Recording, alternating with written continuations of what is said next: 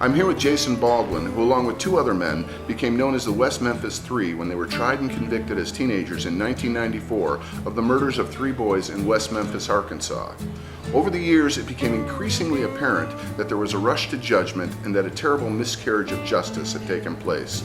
A series of documentaries known as the Paradise Lost trilogy, as well as some high-profile celebrity involvement, continued to shed light on the situation until the three men were released in 2011.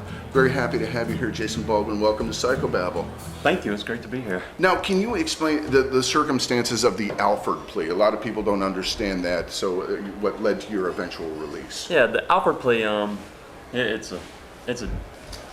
it's set up to where if there's a stalemate between the state and the defendant is maintaining his innocence, has everything in the world to prove his innocence, but the state refuses to accept the evidence and accept, the guy's innocence. So you reach basically a compromise, and you're allowed to maintain your innocence and keep your innocence, and you just accept lesser charges to get out right then.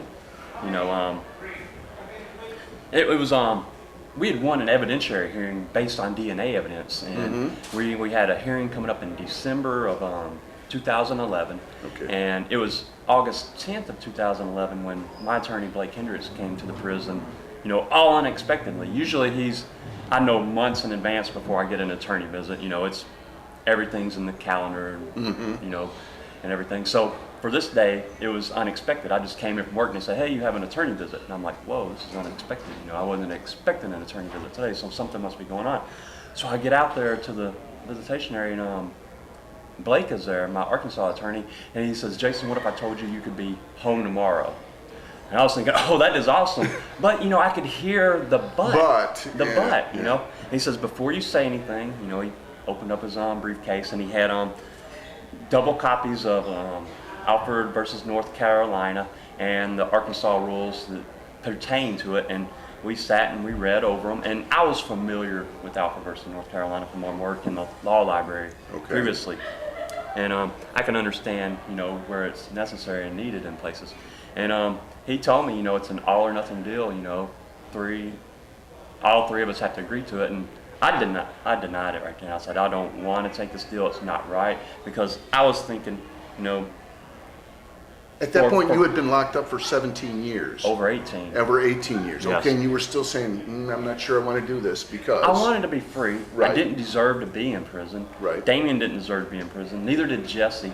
But still, I knew Pam Hicks, Mark Byers, and the victims' families deserved to have the case opened up for the pursuit of justice, to find who really did it. And I knew the state once they got the Alford plea, that would be it. They would never do anything in their power to do anything to find who actually committed the crime. So I didn't want to take the Alford plea for that reason. I also didn't want to take the Alford plea because it would set a horrible precedent in Arkansas, judicial circles, to say that there are no innocent people in Arkansas, convicted, and everything.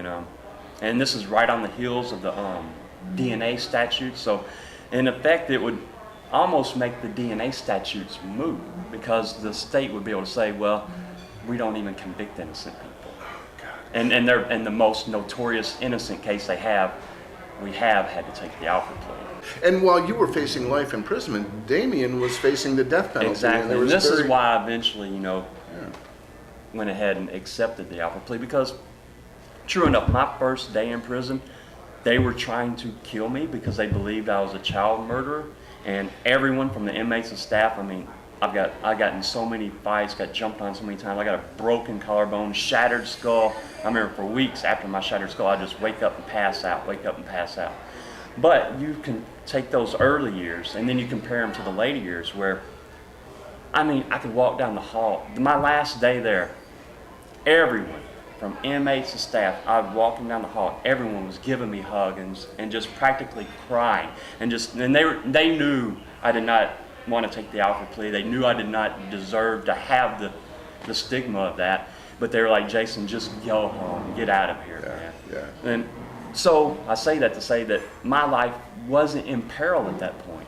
My life, yes, I was in a place I did not deserve to be, but I had a job, I was working in the school, I was doing good, I was helping people get their education. No, I wasn't at home, being able to be with Holly or be with my parents. But no one was trying to kill me right then. Right. You know, Yeah. I could have held out till December or another 18 years conceivably waiting on a retrial and having that. But the same was not true for Damien. The same was not true for Jesse or our families. You know, it's not fair to them either. Damien was on death row. He's sitting in a cell. He wasn't able to get out and socialize and have responsibilities and have jobs and things like that, which made my life easier and more fulfilling, you know, even though I'm in prison for something I didn't do. And I remember the day we got locked up, Damien's mother, who was younger than I am now, you know, and was very young and healthy and hell, you know, they're going out to go to the casinos and everything. But now, 18 years later, she's in a wheelchair on oxygen. Jesse's father had visited him every single visit, every week, never missed a visit for the entire 18 years until that last year. His health did a 180. He'd been in and out of the hospital, you know, and couldn't no longer see Jesse, you know, couldn't come visit Jesse. And I know Jesse never said this, but I'm sure he thought of it. He was probably thinking, what if I never see my dad again? So I had to make the decision for them, you know. Of course, I wanted to be free. I didn't deserve that, you know, and I'm glad to be out. Right. Yeah. But like I said, I could have held out and stayed there longer. Can you tell me about this new film project, The Devil's Knot? Is that Yes, Devil's Knot. We went and filmed on set in Georgia last year with it, and it was an amazing healing experience. Everyone, all the actors and the director, Adam McGoyan, all the producers and everybody, they told me whenever they get a job in a movie, they do their best. They do their best for it, but never have they ever gotten a script where they felt so much for the story. Okay. So that made it so much bigger. Is this your story, The Devil's Knot? Or? Devil's Knot is a screen adaptation of Mara Leverett's book, Devil's Knot, which she wrote about the case. Okay. And it essentially focuses on right before the boys became missing, Okay. through the month of investigation, our arrest, and subsequent trial and conviction. So what it does is it captures really the pain, the hurt, the grief that everyone felt, all of us as a community. Right. And then it shows how we probably had one chance to find who actually did this. This is what I really think. And that's the guy who went into the Bojangles restaurant the night that the boys came up missing. He went in there and left a trail of blood and mud and sunglasses, and that evidence was lost. I sincerely think if that evidence had not been lost and they had tested the blood, it probably would have matched the kids. And if they had taken the sunglasses, they could have gotten the fingerprints of the person who was there. Even if that person didn't do it, surely they were a witness to it. Because the next day, the detectives who came and went to the Bojangles, you know, they asked the manager if the guy was like them, you know, covered in mud because they had just been out and found the bodies and everything in the ditch and everything. And he was like, yeah. So to me, that is beyond coincidence, beyond Amazing. coincidence. Well, and again, it's amazing the chain of events that goes into either a successful resolution of a matter like this or an unsuccessful. Shoddy police work, shoddy legal work, and outraged citizenry, you know, all those things worked against you. The only thing that really seemed to work for you was the passage of time, where, as we talked about initially, victims' families, members wanted you dead. Yes. Over the passage of time, not so much. Starting to realize this guy didn't do it. We've gotten to be really close with Pam Hicks. We were just in Arkansas a few weeks ago with her, and we spoke at UALR, and we spoke at the Malvern Library with her. And when I look at her and I look in her face, I can see a lot of what my own mom felt, the grief, you know, of having lost a son.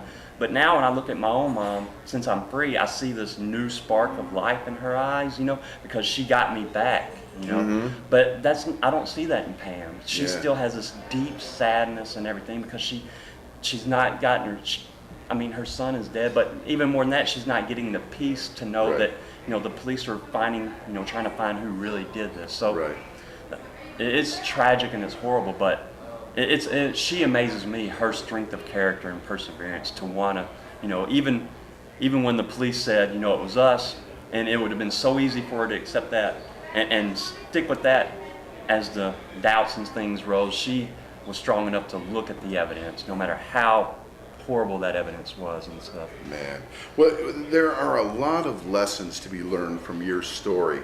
You know, as you mentioned, you were raised by the Arkansas Department of Corrections, Literally. and you're not coming out of that experience bitter. You're nothing but positive. You certainly have a better attitude than a lot of people would. Well, it's an amazing testimony to your spirit. What do you come? What's if there was boiled down to one lesson? I'm gonna let you know what it comes down to. Really, it comes down to us as human beings sticking together and lifting one another up. Because if it weren't for my mother's love and my brother's love initially, you know, that support, and then later on when, you know, once the documentaries were filmed and everyone saw those and all the support that came in, I may have become bitter. I may have, you know, I have a friend in prison now who I believe is innocent, and his name is William Davis. And you know, I was working in the law library, and one day I noticed on the Rolodex he had just been let out of the hole. And he'd been in and out of the hole a lot. And I was like, what's going on with this guy? You know, I know he's innocent. I believe he's innocent. So I call him down to the law library. I'm like, hey, dude, what's going on? And he told me point blank, he said, Jason, I'm not like you. I don't have people fighting to get me out. I'm going to die in here. All I have is my parents, and they can't do anything. That's why he was hopeless. That's why he was bitter and angry and resentful. He didn't have that. So it comes down to us, all of us as a community, sticking up for one another and helping each other out. That's what it comes down to. Well, it's a remarkable lesson. Now, how can people follow your story? Do you have a website or anything? I have a Facebook, Jason Baldwin. That's just my name. Okay. I have an Instagram, CJB Free, and it's really not anything serious. It's just the fun stuff, you know, just catching up on life, you know, biking and things like that. But I also started co-founded an organization with a guy named John Harden. It's based out of Austin, Texas, called Proclaim Justice. And if you know anything about the actual Innocence, the Innocence Project in Cordoza, New York, it focuses on DNA cases. It helps people who are innocent that have DNA evidence. But what about the people who are innocent that don't have DNA evidence? About it. So we're working on trying to help those guys out. You know. Well, Jason Baldwin, you are an inspiration to us all. We're so happy you're here. We want to wish you all the best, continued success, and we're going to follow what you do. Thank you very much. Jason Baldwin.